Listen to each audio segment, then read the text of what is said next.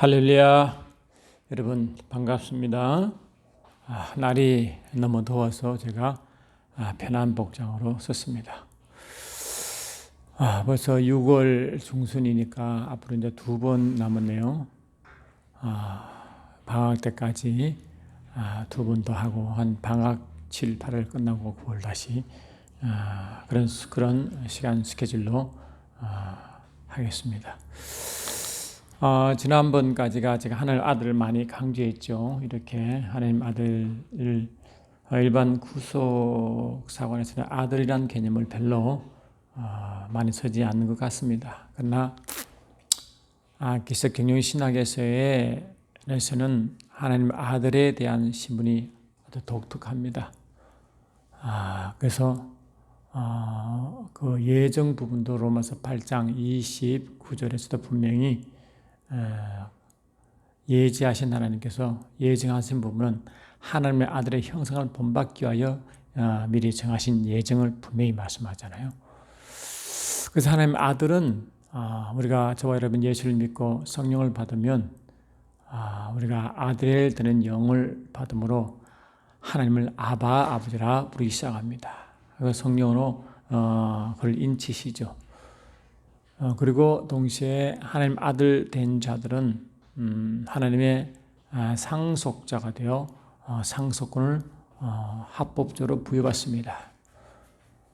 근데 왜 하나님 우리를 상속자라 부르시고 이 땅에 살면서도 하늘 것을 누리게 하시고 땅을 통치하신 왕적 권세를 주시냐면은 이유가 있습니다.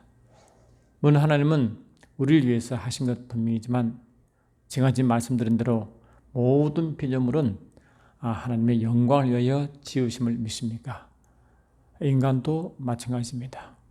이사야 43장 7절 말씀처럼 하나님 이스라엘 백성을 지으시고 또 이사야 1절처럼 사랑하시고 택하셔서 하나님의 특별한 소유가 되게 하신 이유, 하나님의 소유가 되게 하신 이유가 하나님은 자신의 영광을 위하여, 하나님 자신의 이름을 위하여, 자신의 명예를 위하여 그렇게 했다고 제가 지난번까지 말씀을 드렸습니다.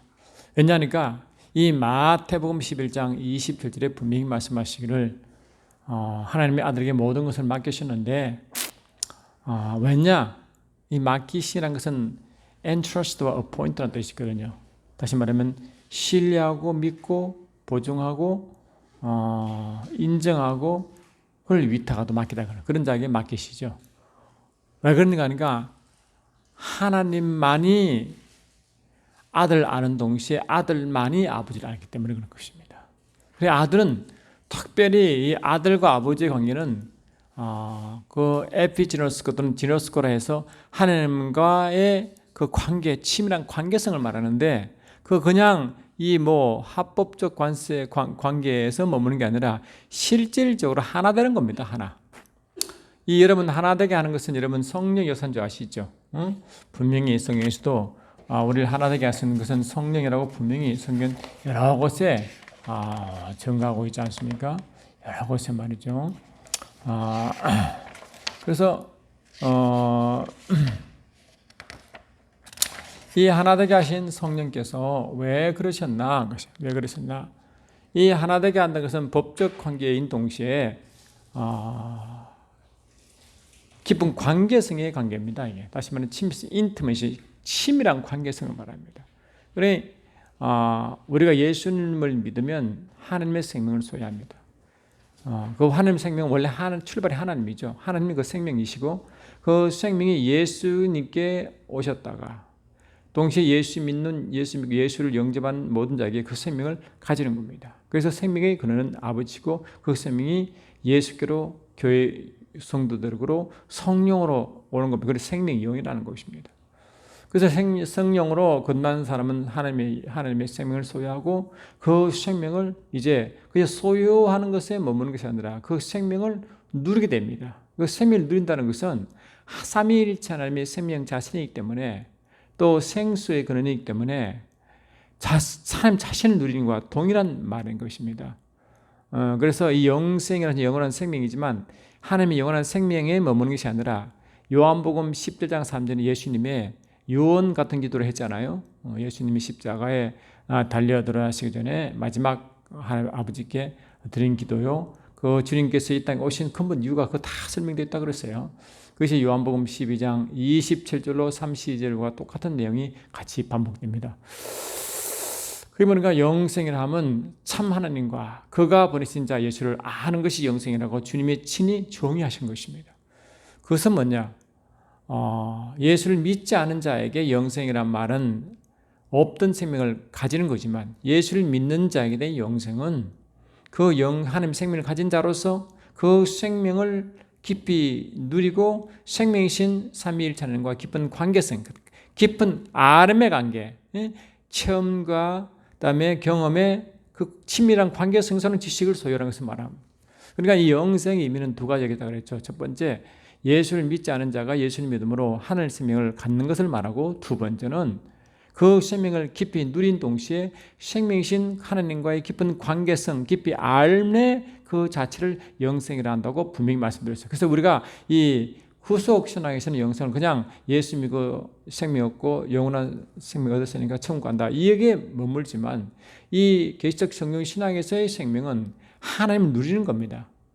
생명이 하나님 때문에 생명을 누리고 그 생명이신 하나님 삼위일체 하나님과 깊은 관계성을 가지고 그 하나님 깊은 관계성의 이 관계성의 삶이 이 영생의 삶이요, 이 땅의 삶인 것입니다. 그러니까 죽고 나서 영원한 생명이신 아버지 품에 간다는 의미도 물론 맞지만 그거는 미래의 일로 구속신앙에서 주로 말하지만 실은 이 땅의 삶에서의 누림을 계시적 경신앙은 많이 강조하기 때문에 천국 복음도 죽어서 천국 가는 것을 말하는 게 아니라 이 땅에서 천국이 도래했음을, 이 땅에 천국이 왔음을, 이 땅의 천국을 경험함을 전하는 겁니다.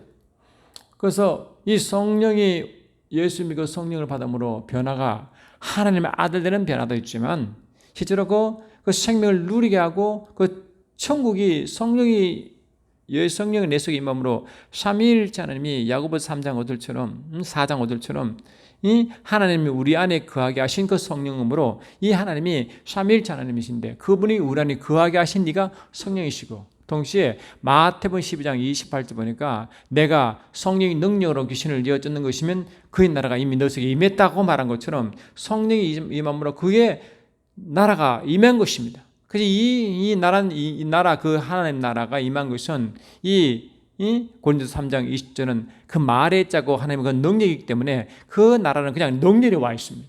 그러니까 우리가 천국 복음을 전한다 할 때는 그냥 말로 죽고 나면 천국 갑니다 이런 메시지에 하는 것이 아니고 실제로 천국을 전하면 천국이 그대로 선포되는 겁니다.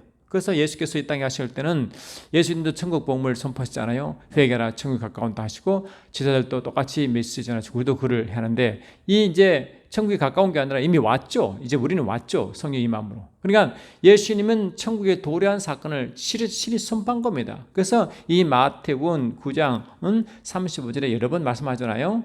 보시면 이렇게 말씀한 걸 여러분 제가 다시 리마인드를 시켜드리겠습니다. 마태복음 9장 35절 보니까 주님이 그 천국을 선포할 때 그냥 말로서 너희들이 죽고 나면 천국 간다 이 정도의 천국 선포가 아니라 마태복음 10장 35절 보니까 예수께서 모든 도시와 마을에 두루 다니사 그들의 회당에서 가르치시며 천국 복음을 전파하시며 뭘 가르쳤어요? 분명히 주님은 사도행전 1장 3절 4절 보니까 주님은 성령으로 천국하는 나라에 관하여 말씀하시고 가르쳤다고 되어 있잖아요. 그러니까 이 하나님 나라에 대해서 말할 때는 그냥 지식적으로 종교적으로 가르치는 게 아니라 실제 이 도래하고 경험하는 분을 그대로 가르치는 겁니다. 그러니까 이 천국을 선포하고 가르칠 때 천국이 임하는 것을 경험하는 겁니다. 여러분 계시록 21장 20장 보니까 천국은 어떻게 묘사합니까? 그게 천국은 질병도 없습니다. 저주도 없습니다. 애통함도 없습니다. 밤도 없습니다. 그게 천국인 것입니다.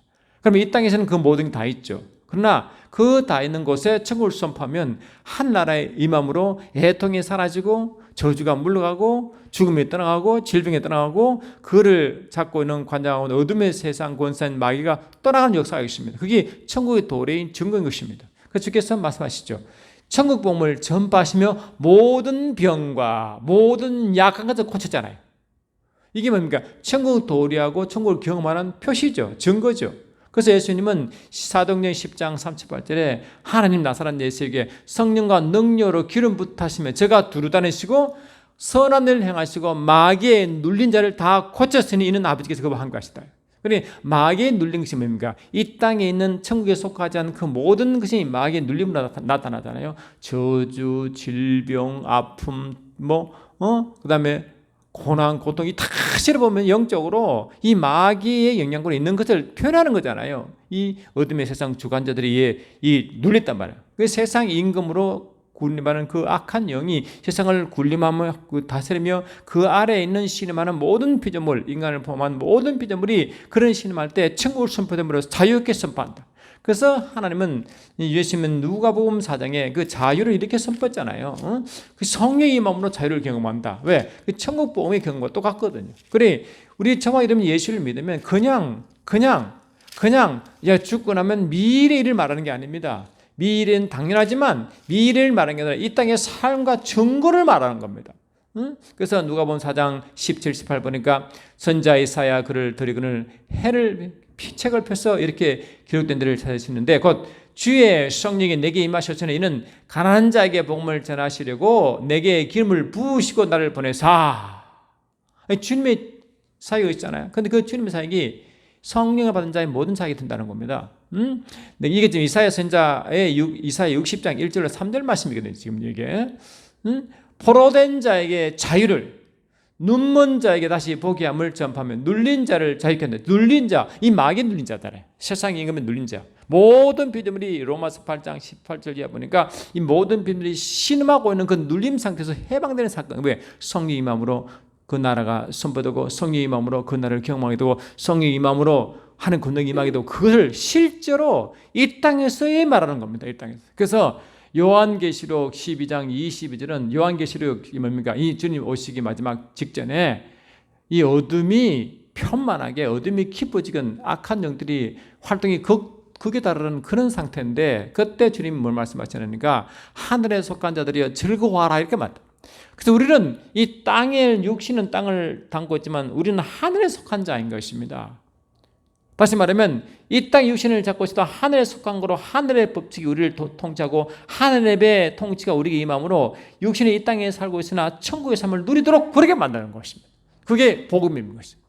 그런데 여러분 알다시피 그렇다 가지고 구속신앙을 제가 폄하하고 그런 뜻이 아니라 이 신학 자체가 출발이 그렇다는 겁니다.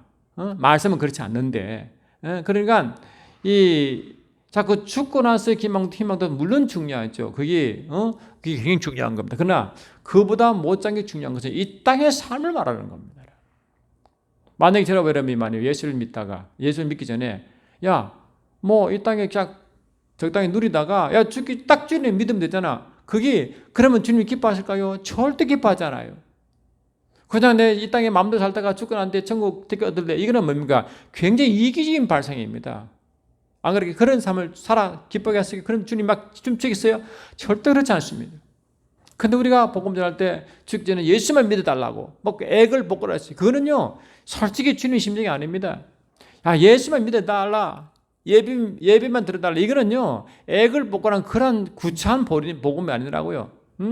이 복음은 이 하나님의 비밀을 알고 하나님의 심정을 알고 이 땅에 살아가며 그를 전파하고 정인된 삶을 말하는 것이지 죽고 난 뒤에 대충 살다가 죽고 난 뒤에 그냥 숨이 꼴딱하기 전에 예수님을 청구한다. 이거는 아주 극도 이기주의인 발상인 것입니다.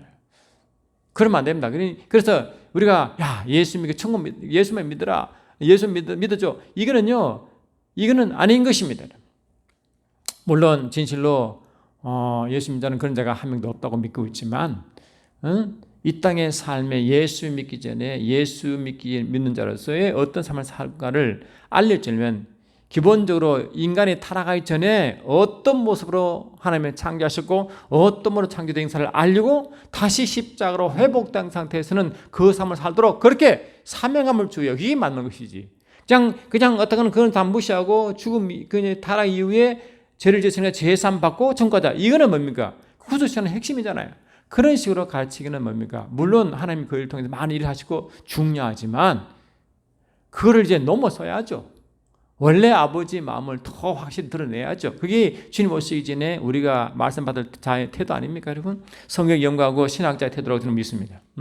그렇기 때문에 지난주에서 오늘 무슨 말씀하시는가? 이 타락전의 아담을 왜 중요하다고 제가 계속 강조하냐면은 그렇게 해야 우리가 회복된 자의 모습을 제대로 알 수 있기 때문에 그런 것입니다.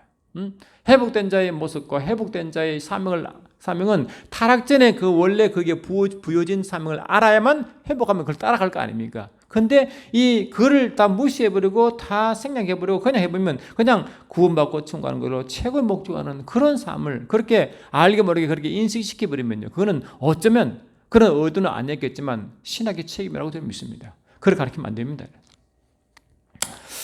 물론 그렇게 가르치지 않겠죠. 그러나 알게 모르게 그렇게 자꾸 죽고 나면 천국 간다고 뭐 그것만 가르치면 알게 모르게 그렇게 사람이 오해할 수도 있다는 겁니다. 우리가 알다시피 그래서 이 하나님 아들이 그렇게 중요하다. 예수 믿고 천국 가고 구원받다. 그거에 그치는 것이 아니라 하나님의 아들이 된다는 걸 말한다. 아들. 그럼 아들이 왜 되느냐? 아들은 기본적으로 증인인 것이 증인이다. 하나님을 아는 자가 아들이고 오직 하나님의 성령을 인도함 받는 자가 아들이기 때문에 성령의 인도함 받으면 할 일이 뭐죠? 성령의 인도함 받으면 하나님을 증거하고 그 천국을 증거하라는 겁니다. 그게 증거하는 자가 결코 경험하지 못하고 알지 못하고 하지 못하기 때문에 이 삼위일체 하나님을 경험하고 알고 천국 알고 경험하고 그걸 그대로 나타나는 겁니다. 그래서 말하면 성령의 마음으로 내 안에 천국이 임했고 성령의 마음으로 삼위일체 하나님 내 속에 들어왔으면 이 삼위일체 하나님이 성령으로 나를 통하여 나타나고 나를 통해 일하신 것을 세상에 나타내는 겁니다. 또한 천국이 임하심을 나를 통하여 천국이 나타나게 하고 천국이 나를 통하여 소개되고 증거되고 경험되게 하는 통로로 쓰임받는 겁니다. 여러분. 할렐루야. 아멘. 여러분 우리의 믿음의 시조가 누굽니까? 아브라함 아닙니까? 그런데 아브라함이 처음부터 믿음을 부름받을 때 하나님이 아브라함이 뭘 말씀하셨습니까? 창세기 12장 1절 보니까 여호와께서 아브라함에게 이르시되 너는 너의 고향 친정 아비 집을 떠나 내게 보여줄 땅으로 가라 이랬잖아요. 그리고 하신 말씀이 뭐예요? 내가 너로 큰 민족을 이루게 하고 내게 복을 주어 내 이름을 창대하게 하리니 너는 복이 될지라. 너는 복이라고 you are a blessing이라고 말했다. 원래 하나님이 복이죠. 복의 근원이죠, 실은. 근데 네가 복의 근원 된다는 겁니다. 그럼 네가 하나님 된다는 뜻이 아니라 하나님처럼 복을 보내준다는 뜻이거든요. 그러면 그 아브라함은 뭐냐? 하나님 복을 받고 누리고 그 복의 근원에서 하나님과 하나 되어 하나님의 복을 누리며 그 복을 그대로 전달한다는 거거든요. 그래서 하나님 복은 뭐냐? 아브라함을 통해서 흘러보내는 겁니다, 여러분. 아시겠죠? 그러니 세상은 아브라함이 안 하면 복을 누릴 수가 없도록 만들어요. 그게 하나님 복의 통로라고 말하는 것입니다.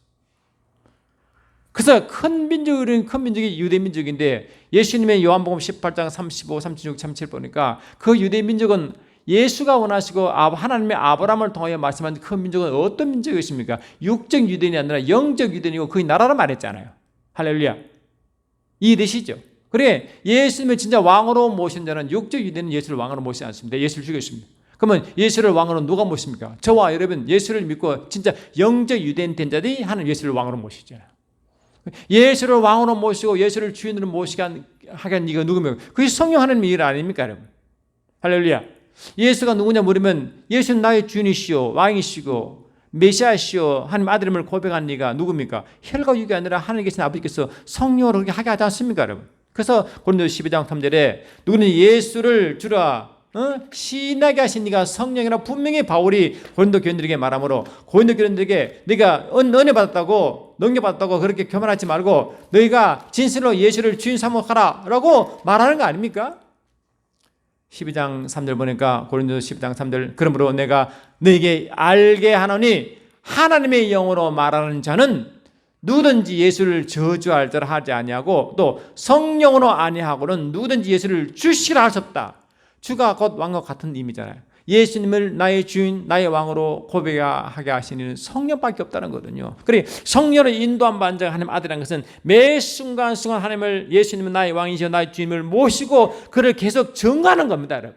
아시겠죠? 그러니까 예수님이 증거하는 것은 예수의 통치를 받기 때문에 이사야 32장 1절 보니까 통치를 받는 자는 통치자가 된다고 말했다. 이사야 43장 2절 1절 제가 다시 말씀을 리마인드를 해드리면 이렇게 되어 있습니다. 할렐루야. 이사야 32장 말씀드리면 보라 장차 한 왕이 공의로 통치할 것이며 방백들이 정의로 다스릴 것이며, 한 왕은 곧 예수님이죠. 그분이 공의로 통치하면 그 방배들은 뭡니까? 그의 신하들이거든요. 신하가 뭐라고? 신하가 공의로 다스린대, 왕이 된다는. 그리고 우리가 주님이 우리를 베드로 사도를 통해서 고백이 뭐였습니까? 너희는 택하신 족속이요 왕 같은 제사장이요 할 때 우리가 왕이 되는 것은 뭐냐? 그 이면에는 너희가 예수님이 너희 왕으로, 예수님이 너희 왕이고 너희의 통치함을 고백한 자에게 너가 왕이 된다, 그 말이거든요. 할렐루야. 그래, 예수님의 통치받는 것은 다시 말하면 이 예수가 통치한 나라가 그의 아들 나라인데 그 아들 나라가 결국 경험하는 거잖아요. 그게. 그래, 예수 믿는 자, 예수의 통치받는 자는 매 순간 그 나라를 경험하는 자와 같은 의미인지 믿습니다. 근데 만약에 여러분이, 저와 여러분이 예수를 믿되 예수를 나의 왕과 주로 통치받지 않으면 결코 주의 나라를 경험할 수 없습니다. 그게 원리가 그렇지 않습니다. 그러니까 그렇게 살아가도록 만들고 그렇게 교육하고 하는 것이 뭔가? 그게 계시적 경륜신학에서 교회론입니다. 그게 바로. 그 교회론의 핵심 뿌리가 뭔지 아십니까? 그게 하나님의 아들인 것입니다. 아시겠습니까? 하나님의 아들. 그래서 저는 그냥 이 말에 그냥 붙여봤는데 하나님의 아들 신학이라고 이름을 붙였습니다. 교회론은 이거로 하나님 아들의 신학이라고 붙인 것입니다. 그것은 기본적으로 아들에게는 상속권을 부여되는데, 그것은 왜 그런가? 하나님의 영광을 증거하라고. 아멘. 하나님을 나타내라고. 하나님을 알고 경험하고 그분을 경험하고 그분을 깊이 하나 되어 그분을 세상에 나타내려고, 그 신분의 변화인 것입니다. 다시 말하면 하나님은 그를 할 수 있도록 레벨업 시켰다. 그러니 모든 것을 퀄리파이 시키고 퍼니시 시켰다. 다시 말하면 equip 시켰다. 다시 말하면 뭐랄까? equipped with, furnished with는 뭡니까? 뭐로 구비시키다. 뭐를 구비시켰어요? 하나님을 증거할 수 있는 모든 여건과 모든 자기가 모든 위치를 구비시킨 것입니다. 그래, 신분 격상이죠. 에베소 2장 1절 보니까 예수님이 혼자 부활하시고 혼자 우편에 앉으십니까? 아닙니다. 함께란 투게더란 단어가 있습니다. 그건 뭡니까? 예수와 예수를 믿는 모든 영혼들과 함께 앉아있다는 거죠. 함께 일으키시고 함께 하늘에 앉으셔서, 그게 예수님과 깊은 연합이죠. 침례할 때 고백하자는 연합이라고. 그 연합이 그것까지 되어 있는 겁니다. 그러니까 예수와 연합되어 하나 되어 있기 때문에, 성령은 하나 되어 있기 때문에 신분이 예수처럼 예수처럼 주님의 일을 하도록 동력자다, 동력자. 주님이 이 땅에 계실 때 아버지의 동력자가 되었죠. 왜? 요한복음 14장 10절 11절 보니까 예수님은 스스로 행하지 않으시고 성령으로 자기 안에 계신 아버지의 말씀대로, 아버지 뜻대로, 요한복음 3장 31절부터 34절까지 똑같이 말씀하잖아요. 예수께서 아버지의 말씀대로, 아버지의 행하심대로 행했다고. 그래서 예수의 행하심을 믿으면 아버지를 믿게 된다고 말했잖아요. 요한복음 10장 38절 이하, 35절 이하 보니까 말이죠. 할렐루야. 그럼 뭡니까? 아버지가 예수님 안에서 아버지 일을 하신 것이고 예수는 아버지의 동력자 된 것입니다. 믿습니까, 여러분? 그것처럼 교회도 아들로서 아버지를 동력하는 동력자 위치 서는 겁니다, 이게. 그러니까 이 동력이 되려면 그 신분이 레벨업 되지 않고 같이 대화가 통하지 않고는 어떻게 동력할 수 있습니까? 아버지 하나님과. 아멘 합시다. 그래, 격상시키다는 것이 뭡니까? 그래, 신분을 상속시키고 신분을 격상시키고 아버지를 동력할 수 있도록 만든 그 자체를 뭐라고? 어노인팅이라, 기름 부으심이라고 정했다. 어노인팅이다. 이 굉장히 중요한 개념이에요. 우리 기름 부으시다 어노인팅은 그냥 우리가 성령 능력이 임했나 이 정도로 이해하지만, 실은 어노인팅의 근본 뿌리는 동력자의 개념이 들어가 있음을 여러분 반드시 아셔야 그게 제대로 이해입니다. 성경 이해입니다. 그게. 그러니까 첫 번째 어노인팅, 기름 부음 받는 자가 그리스도 예수님이죠. 아멘 합시다. 동시에 예수와 함께 아버지와 함께 동행할 자로 생기시 기름 부음 받는 무리가 그리스도인 교회잖아요. 교회. 아멘 합시다. 할렐루야. 그거 아닙니까? 그러니까 이 어노인팅이라는 의미를 제대로 모르면, 다시 말하면 사역과 사명과 자격과 누림의 전체 의미를 포함하는 것이 어노인팅 의미를 모르면, 여러분 어노인팅 기름 부으심 의미를 다 잊어버리고 그냥 성령이 한 능력 일부인가 그 정도만 이해하기 때문에 이해 부여 얼마나 낮고 사명의식이 생기냐 말이에요. 할렐루야. 그러니까 지난주까지 제가 왜 아들을 자꾸 강조하는 것을 여러분 아셔야 된다. 그래서 우리는 오늘 또 좀 더 그를 또 익스텐션 다시 확장해서 말씀드리기를 원합니다. 그래서 결국 보면 우리가 이제 이 아담은 이 성경은 이 아담을 자꾸 아담의 존재를 거의 경시하죠. 거의 안 다루죠. 그러나 계속 정리 신학에서 아담은 왜 중요한 위치에 있냐니까 타락하기 전에 교회의 모습으로 회복하고 그걸로 그 일을 하다고 하는 그런 의미이기 때문에 굉장히 중요한 위치에 있다. 그래서 이 아담은 로마서 5장 14절에 이 후반절을 보니까 아담은 오실자의 모형이기 때문에 예수를 보자면 할렐루야. 오랜 시간 예수는 원래 오시기로 되어 있다고 본도 베드로전서 1장 19, 20대잖아요. 영원전부터 예수가 오시게 되어 있어요. 그런데 오시게 되어 있지만 오실 때까지 그 길을 예비하고 준비한 시간 이가 그 아담인 것입니다. 그래서 아담을 보면 예수가 이런 분인가라고 알 수 있도록 가늠할 수 있도록 만들어진 피조물이 아담인 것입니다. 아담. 아시겠습니까? 그러니 아담을 모르고 어떻게 예수를 알 수 있단 말이에요. 아담을 알지 못해 예수 오시긴 예수를 어떻게 가늠할 수 있고 아담을 모르면 예수 하신 일을 어떻게 이해하고 또 아담을 모르면 교회의 원래 위치가 뭔지 어떻게 아냐 말이에요. 그래서 그 아담의 제가 자꾸 말을 붙여서 미안하지만 그도 아담 신학으로 말할 수 있는데 이 아담이 신학으로 말하는 이유가 뭐냐? 그만큼 하나님의 아들로서의 신학, 아담의 신학이 같은 맥락이거든요. 그게. 원래 누가복음 3장 38절에서도 이 킹제임스나 세번역에는 뭡니까? 아담을 하나님의 아들로 소개하잖아요. 아들로. 전부 다 아들로 됐거든요. 근데 그 아들이 로마서 8장 29절에 예정이란 단어를 쓴단 말이죠. 예정. 그러니까 이 아들이 예정됐다. 그 말하는 겁니다. 교회에 예정된 것은 아들로 예정이요. 구원의 예정이 아닙니다, 여러분. 그거는 구속신학과에 말하는 것이지만 그거는 성경과의 근본 의도와 다른 것입니다, 여러분. 그러니까 그래서 이제 여러분 아담이 어떤 모습이었어요? 아담을 창조할 때 창세기 1장 26절과 2장 7절의 그 핵심을 말하고 있는데 이 하나님이 우리의 형상대로 우리의 모습대로 사람을 만들자 하고 우리의 형상대로 우리의 모습이기 때문에 그 우리의 형상이 뭐예요? 우리는 이 엘로힘의 뜻이 삼위일체 하나님이거든요. 그러니까 이 삼위일체 하나님의 형상이 아담이었기 때문에 아담을 보고 뭐라고? 삼위일체를 보게 되는 겁니다. 삼위일체 하나님은 영이시기 때문에 형상이 없잖아요. 그런데 볼 수 있는 형상이 아담이었다고요. 아시겠습니까? 그러니까 삼위일체를 보고 기억말하면 아담에게 가야 하는 겁니다. 근데 아담은 오실자의 모형, 예수의 모형이기 때문에 예수님을 만나 예수를 봐야 아버지를 알잖아. 아멘 합시다. 똑같죠?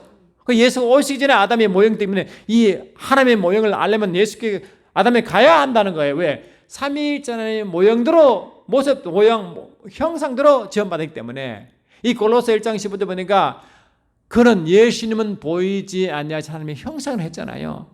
보이지 않는 하나님의 형상이 예수이기 때문에 예수가 오시기 전까지 보이지 않는 하나님, 삼위일체 하나님의 형상이 아담이었거든요. 아시겠습니까? 그러니까 이 아담이 중요하잖아요. 너무 중요한 것입니다.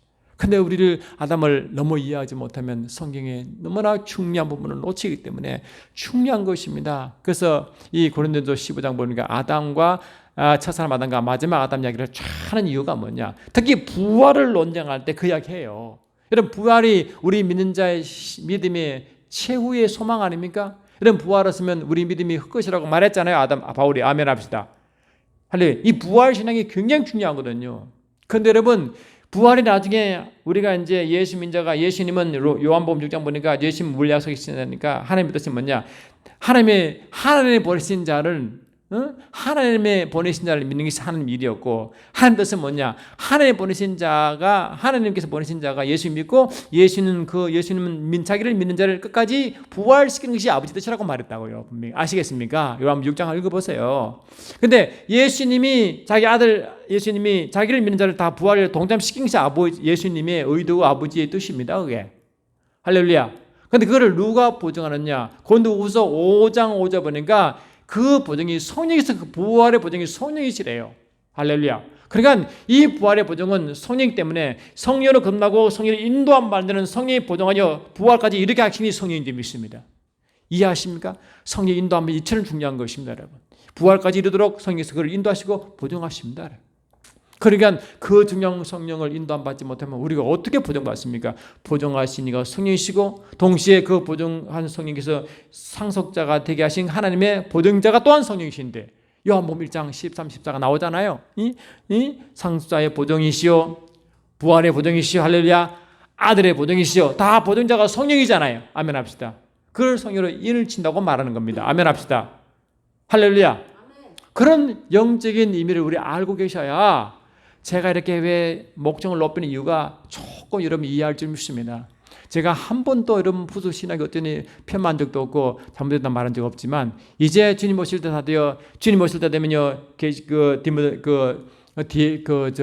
다니엘서 12장 그 3절 4절이니까 보니까요. 마지막 때 이 지식이 증가하다는 그 지식은 세상 지식을 말하지만 실은 더 깊은 뜻은 뭡니까? 하나님을 아는 지식이 높아진다는 겁니다. 아멘 합시다. 이 요한계시록 보니까 7교회 중에 뭡니까? 하나님 말씀을 순종하는 자에게 그것을 이기는 자에게 숨기운 만나를 먹이게 했잖아요. 숨기워진 만나가 뭡니까? 말씀의 진리를 알고 깨달아 그를 더 깊이 알고 있는 그 비밀을 알게 하는 거 아닙니까? 그러니까 마지막 때처럼 말씀이 더 확실히 열려가지고 할렐루야 말씀이 확 열려가는 겁니다. 그러니까 말씀이 확 열려가면 인간의 지혜로 인간의 노력에서 그나마 인간의 지혜는 신학으로 하나님 일을 했지만 지나갈수록 신앙이 지나서 주님 오시기 직전까지는 그 말씀이 더 열려가지고 주님 일 더 하게 하잖아요. 아멘 합시다. 하나님을 더 이해하고 하나님 말씀한 그 일을 더 이해하고 마음을 더 이해하고 그 사이가 더 넓어져 주님 오실 때는 전국이 전 세계가 하박국서 2장 10절 3장 3절 이사야 11장 9절처럼 뭡니까? 이 물이 바다 등같이 온 시작이 하나님을 아는 지식과 하나님 아는 것에 충만하겠다네. 왜? 그 길을 성경이 열린 자가 감당하거든요. 성령으로 아멘 합시다. 할렐루야. 그러니까 이 마지막 때수록 말씀은 점점 열리게 되어 있습니다. 어떤 자? 말씀을 사모하는 자, 성령 인도 안 받는 자, 말씀을 더 알려고 머무는 차이가 말씀은 점점 열려. 이제 우리가 인간에 세운 그 신학도 점점 더 발전되어 하나님이 원하는 신학에 나오게 할 줄 믿습니다. 저는 확실히 믿습니다. 그래서 이 신학은요, 이 몇백 년 전에 세운 신학이 점점 발전돼야 되지만요, 자, 그 신학이 자꾸 머물러 있으면 주님이 기뻐하지 않는다고 저는 확실히 믿습니다. 아멘.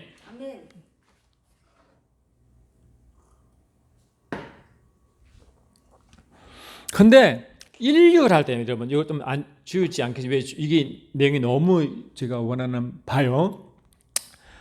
전하고 싶은 말이기 때문에 일단 지우지 않겠습니다. 옆에서 찍겠습니다. 그래서 우리가 인류 할 때 인류가 여러분 영어로 뭡니까? mankind이죠. 이는 man과 kind의 합성 아닙니까? 할렐루야. 이 man은 뭐가? man은 원래 man은 사람을 말한 사람. 그래서 사람 kind는 같은 부류 같은 부류 뜻이거든요. 그래 사람들 간에 사람과 같은 부류가의 모임이 인류거든요. 인간의 부류 아시겠죠? 인간의 부류 인류 아멘 합시다. 그러면 하나님 부류 할렐루야. 하나님 인간의 분류가 인류인데 하나님의 분류가 뭐예요? 그러면 이게 뭐니까 하나님 분류와 같은 자가 예수 믿고 거듭난 자를 하나님 분류라. 이게 같아니라. 하나님과 하나님 부류다. 하나님 분류가 부류죠. 분류가 부류. 인간의 부류가 인류인 것처럼 하나님 부류다. 그래서 우리는 뭡니까? 예수 믿고 거듭나면 인간이지만 어떻게 변하냐? 하나님 부류로 바뀝니다. 아시겠죠? 하나님 부류는 뭡니까? 하나님에 속한 자, 하나님께 속한 자예요. 인간은 뭡니까? 이거는 흙에 속한 자입니다. 아멘 합시다. 흙에 속한 자, 아멘. 하나님 부류는 하늘에 속한 자, 하나님께 속한 자, 아멘 합시다. 식물이 변하잖아요. 이 하나님의 생명을 소유하면 이렇게 변하잖아요. 아멘 합시다. 여전히 육체의 생명이 있지만 우리는 육체의 생명이 있는 게 아니라 예수 믿지 않는 자는 육체의 생명만 있지만 아멘 합시다. 하나님의 자는 하나님의 생명을 소유하잖아요. 그러니까 그러면 하나님의 소유, 하나님의 생명과 인간의 가진 이 육체의 생명은 어느 게 우선하느냐?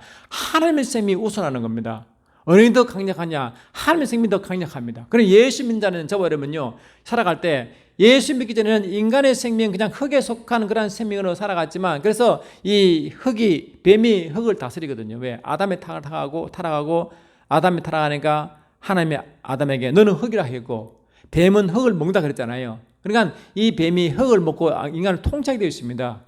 그러니 인간이 갖고 있는 생명이 뱀에 자꾸 귀속되어 어려워지는 거예요. 그런데 하나님의 생명을 소유한 하나님 부류의 사람의 생명은 하나님의 생명이 이 사단에 속한 그 모든 걸 정복하는 겁니다. 말합시다. 오버라이드 합니다. 우리는 We are spirit to Satan. 그러니까 우리는 사탄보다 더 우월지게 되는 것입니다. 그러니까 저와 여러분은 예수 믿으면 하나님의 생명이요 육체의 생명을 오버라이드, 다시 말하면 뛰어넘기 때문에, 통치하기 때문에 육체의 생명의 한계를 넘어는 겁니다. 아멘합시다. 넘기 때문에 모든 치유가 일어나고 아멘합시다. 모든 저주가 떠나가고 모든 실패가 떠나가고 아멘합시다. 그래서 하나님의 생명을 살아간 자는 형통과 경건과 아멘, 형통과 번성과 건강과 할렐루야, 이게 보장되어 있습니다. 왜? 하나님의 생명이 그렇게 만들어가는 겁니다. 그래서 로마서 5장 14, 17 보니까 의로서나여 생명이 왕노릇한다. 아멘합시다.